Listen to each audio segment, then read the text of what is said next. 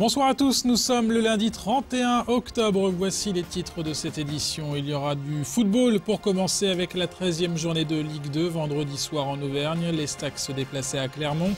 Les Troyens ont décroché un bon match nul chez le leader de Ligue 2. Score final, un but partout.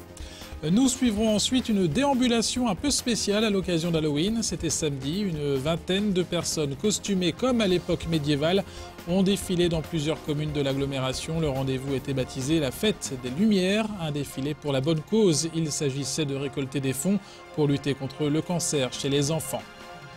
Et puis le JT des Nuits de Champagne, l'édition 2011 du festival qui s'est terminée sur une fausse note. L'absence de l'invité d'honneur lors des 2 dernières séances du Grand Choral. Nous nous intéresserons aussi au premier bilan, le point sur les tops et les flops de ces nuits dédiées à Jean-Louis Aubert. Mais on commence donc par des images de football avec les Stacks qui se déplaçaient à Clermont en Auvergne samedi soir pour le compte de la 13e journée de Ligue 2. Les footballeurs troyens ont décroché un match nul. L'ouverture du score, vous la voyez, est clermontoise. Le but de Romain Alessandrini en première mi-temps. C'est Momo Camara qui a égalisé pour les Troyens en seconde mi-temps. Son premier but officiel en Ligue 2 après un centre de Julien Faussurier. Un match marqué également par l'exclusion en fin de rencontre du gardien troyen Olivier Blondel. Il a été suppléé dans les buts par le milieu de terrain Eloge Denzai Amissi. Après ce match nul, un but partout, Clermont est leader de Ligue 2. Les Troyens, eux, sont 7e du classement. Prochain match samedi à 19 h face à Nantes au Stade de l'Aube. Les tags envahissent le centre-ville historique de Troyes. Rassurez-vous, il s'agit de vidéotags, des codes-barres destinés aux téléphones mobiles dernière génération. L'Office de tourisme met en place pour les visiteurs de la cité Tricasse ce moyen moderne de communication sur les places ou sur les monuments. Le but est de faire découvrir tant aux touristes qu'aux Aubois les richesses de la cité Tricasse. Et ces flashcodes ne sont qu'une des nouveautés pour l'office de promotion de la ville. La Web TV notamment va bientôt débarquer. Marc Sebéran est le président de l'Office de tourisme de Troyes. C'est la lecture finalement d'un code-barre qui se trouve sur certains monuments ou sur certaines places et qui permettent en même temps d'avoir une explication, une sorte de guide itinérant avec toute une panoplie d'explications diverses, de photos, de commentaires qui enrichissent la visite. Vous avez aussi une grande nouveauté qui va arriver là d'ici le 15 novembre, c'est la Web TV. Donc justement en partenariat avec Canal 32. Donc c'est toute une série de courts reportages qui nous permettent aussi à partir soit du site internet, soit à partir d'un smartphone, alors là en flashant un code barre, d'avoir accès à des tags, des vidéotags, c'est-à-dire des petits reportages réalisés par notre partenaire Canal 32 et qui nous permettent de renseigner les touristes sur différents aspects de notre ville, y compris, alors là ce qui est intéressant, y compris les touristes spécifiques, les touristes qui malheureusement ont un handicap. Il y a quantité d'applications qui sont destinées à eux pour leur faciliter la visite touristique. Et plus d'infos sur l'Office de tourisme de Troyes sur le site internet tourisme-troyes.com.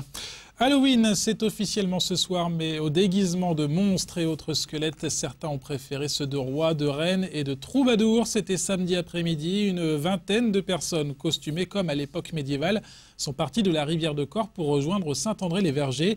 Une déambulation festive baptisée la Fête des Lumières, un défilé qui plus est pour la bonne cause.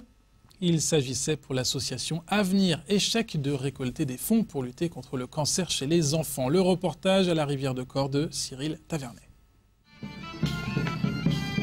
Des rois, des reines, des troubadours, ils sont une vingtaine à avoir déambulé à pied dans les rues de la rivière de Corps jusqu'à Troyes. L'idée, fêter Halloween, mais à leur manière, c'est-à-dire à la mode médiévale.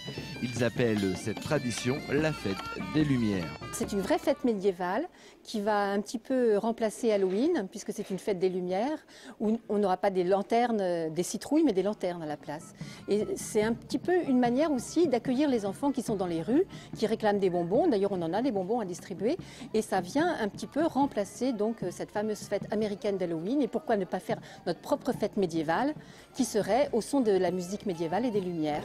Pour tous ces participants, la passion pour le Moyen-Âge est la même. En fait, c'est une échappatoire à la société actuelle. L'idée, c'est qu'en fait, en 5 minutes d'un être normal, vous devenez une personnalité unique.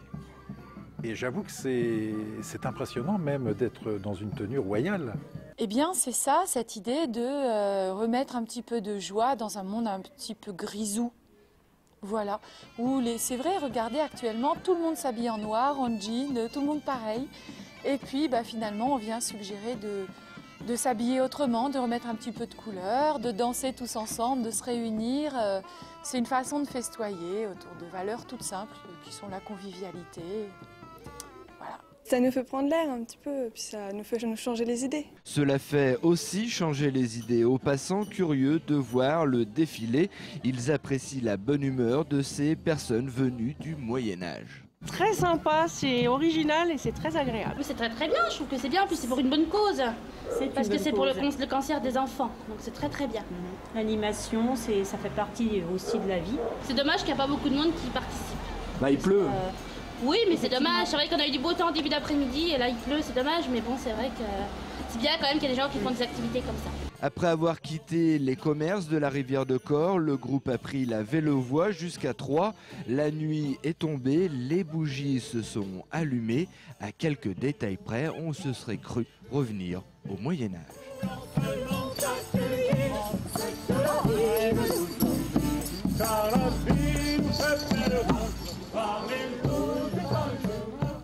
C'est la fin de cette édition. Dans un instant, le JT des Nuits de Champagne, dernière édition. A tout de suite.